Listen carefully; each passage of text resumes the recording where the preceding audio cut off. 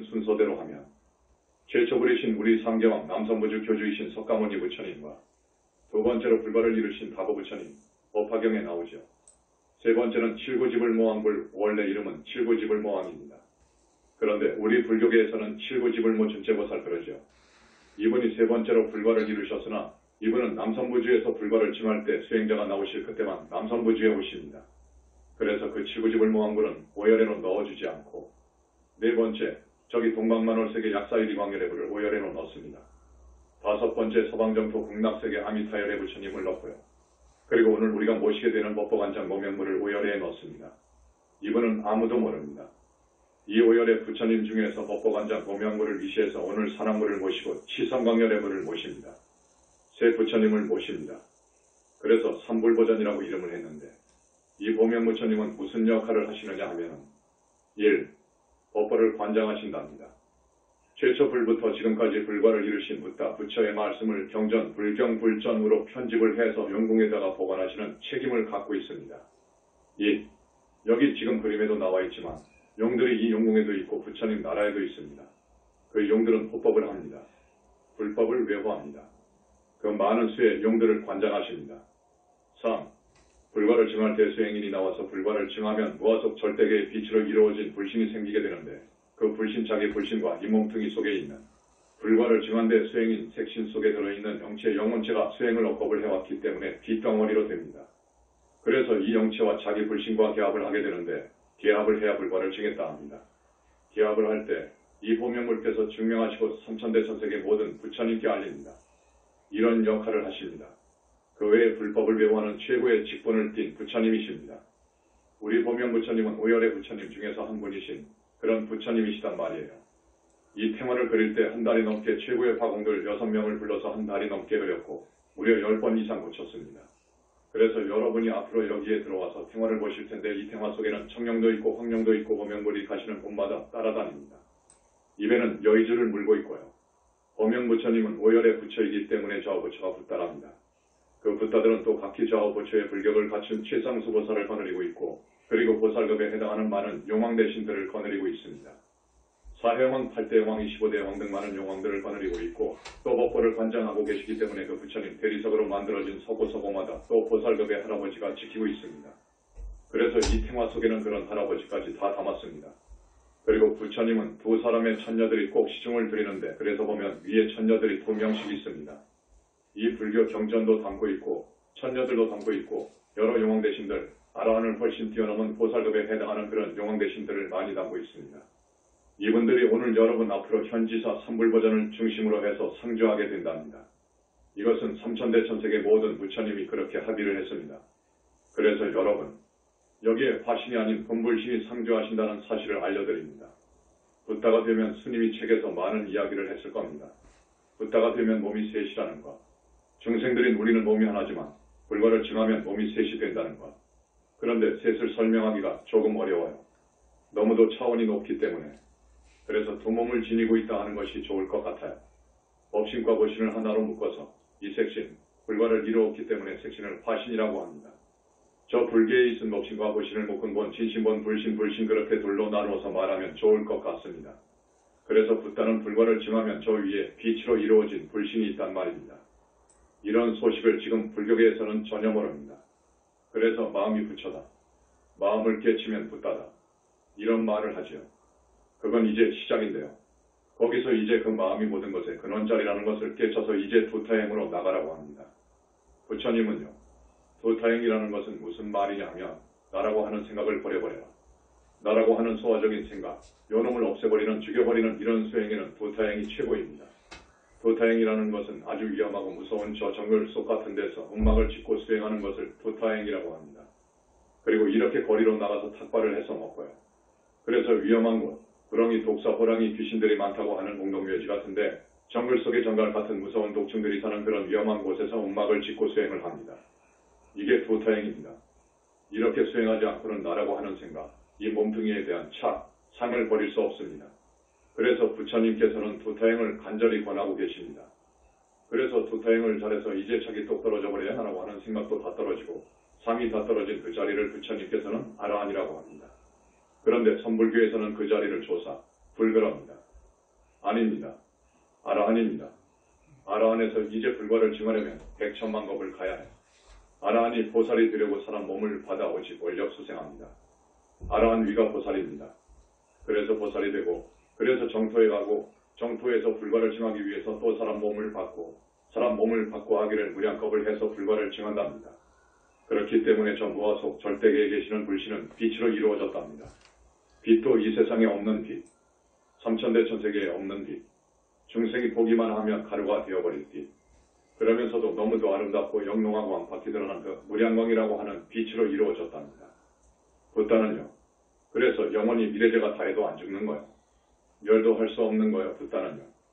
그리고 붓다는 대적정산매를 항상 수용합니다. 대적광산매라고도 합니다. 산매 중에서도 가장 높은 산매, 백천산매를 다 자제해서 비로소 들 수 있는 산매, 이걸 대적광산매라고 해요.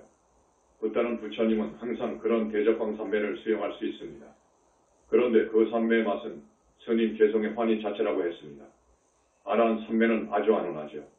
대단히 평온하고 마치 감옥에서 이제 풀려나온 사람이 시가지를 활보할 때 얼마나 즐겁습니까? 그런 아라한 산매부터 이제 깊은 산매로 들어가게 되면 대단히 맛이 깔끔하고, 그러면서 붓다의 산매로 들어가면 환희 자체가 되어버립니다. 엉덩이 춤을 항상 출 정도란 말입니다. 그런 대적정 산매를 붓다는 항상 들고 계십니다. 거기서 산매를 떠나지 않고 100천만억 화신을 냅니다. 붓다는요, 불과를 증한 분을 그런 능력이 있습니다. 저 불신은 그런 능력이 있습니다. 빛으로 이루어진 저 불신은 그런 능력이 있다고요. 백천산매, 100천만억 몸뚱이를 놔두어서 삼천대천세계 많은 인연이 있는 중생을 가소자비와 지혜로서 교화하고 건진다고. 어마어마한 지혜로서, 말로 할 수 없는 그것을 헤아릴 수 없는 신통력으로서, 수만 가지 신통력으로서, 자세한 능력으로서 중생을 교화하고 건진답니다. 붓다는요, 모든 부처님들은 그런답니다.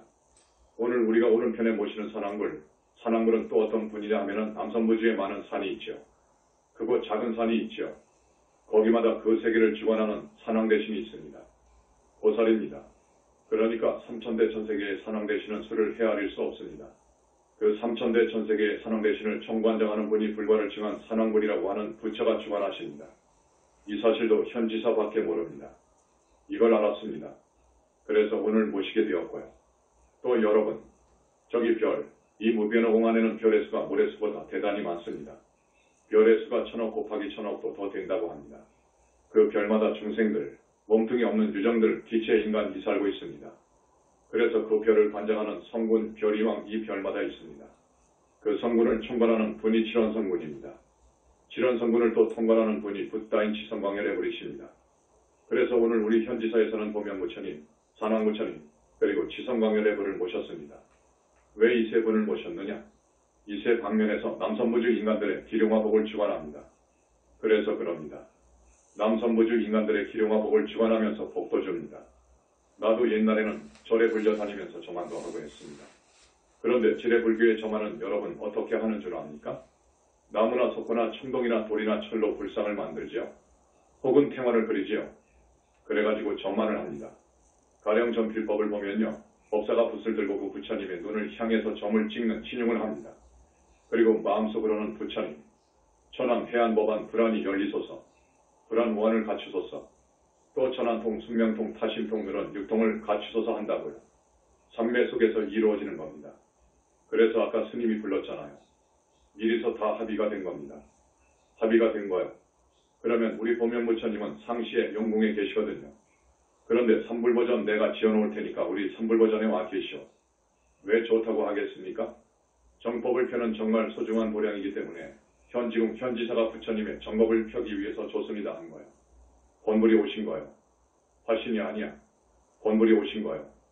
여러분 이것은 기가 막힌 일입니다. 그러나 제례정한법으로도 청정한 스님이 잔력법 하게 하면은 그래도 화신이 가시더라고요. 그래서 지금 한국에 그 많은 절, 반수 정도는 화신이 계십니다. 화신불이 계십니다.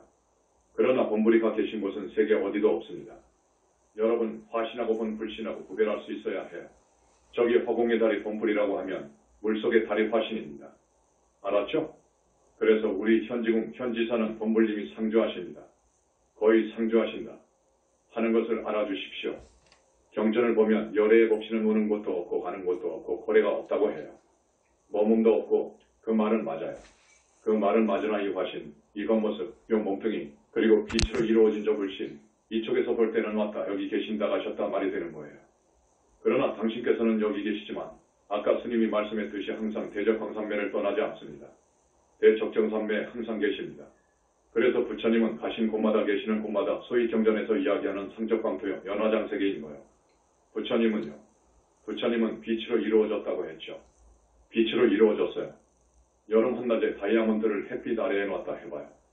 발산하는 그 빛, 여러분 잘 아시죠? 다이아몬드는 단색입니다. 단색인데도 불구하고 여름 한낮 지붕 위에다가 놔두었단 말이에요. 그 반사하는 그 광명이 정말로 황홀합니다. 그런데 무량광은 억정광명입니다. 붓다는 억정광명으로 이루어졌다고 했죠. 억정광명으로 이루어진 다이아몬드를 햇빛 밑에 놔뒀다 해봐요. 그 빛이 어떻게 발산하겠습니까? 그런 빛으로 불신이 이루어져 있답니다. 그런 빛으로요. 그래서 부처님 상호는 도저히 어떻게 그릴 수가 없어. 너무너무도 장관이니까. 너무너무도 황홀하고 아름답고 이건 도저히 말로 표현할 수가 없어.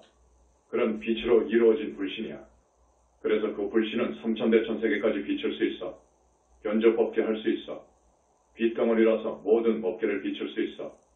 보통 빛이 아니라서 맑고 청정하기가 말할 수가 없어. 이 빛으로 그 금방대지 세계를 다 비출 수 있다고. 그래서 어떨 때 부처님을 보면 여러분 정도의 크기만 하지만 또 어떨 때 보면 수미산만 하기도 하고 어떨 때 보면 개미만 하기도 하고.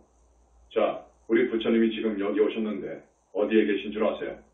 우리가 여기 오기 전에 보감동에 있었는데 벽을 사이로 두고 딴 집인데 우리 부처님 궁이 어떻게 지어졌느냐? 그 벽 사이에 지어졌어.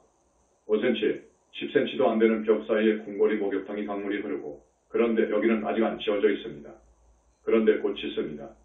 그 부처마다 부처님 초소가 정해지면 하늘 어딘가 말씀을 안 드리겠습니다. 와서 짓습니다. 이 사바세계에서 볼 수 없는 온갖 재료를 가지고 최고급으로 상대가 안 되지요. 궁을 짓습니다. 앞으로 한 달 안으로 여기에 궁이 지어집니다.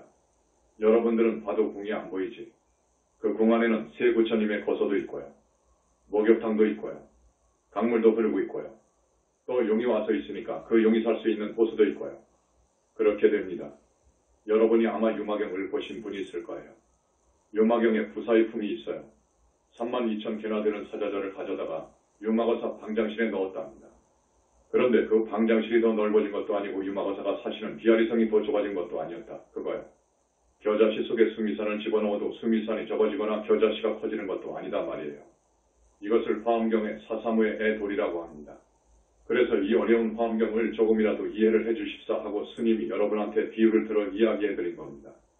요 말씀 안 내드려야 되는데 좀 해드리는 거예요. 그래서 앞으로 여러분들이 소망이 많잖아요. 다 소망을 다 가지고 있어요. 여러분들 원하는 소망이 다 이루어질 수 있습니다. 현지궁 현지사 삼불보전에 오셔서 가령 보명부처님한테 기도를 드린다든지 또 우리 사랑물님한테 드린다든지 지성광열의물님한테 드리면 다 소원이 이루어질 수 있어요. 자, 눈높이 따라서 오십니다. 가령 우리 산왕부처님께 공양을 올리면 아마 남산부주 큰 산에 산왕대신은 다 오실 거예요. 그러니까 수천만 명이 오셔 호랑이 타고. 아셨어? 돼지고기를 사다가 삶아놓고 변식진원하면 돼지 한 마리씩 해요. 그 산왕대신이 타고 온 그 호랑이 앞으로 다가게 됩니다.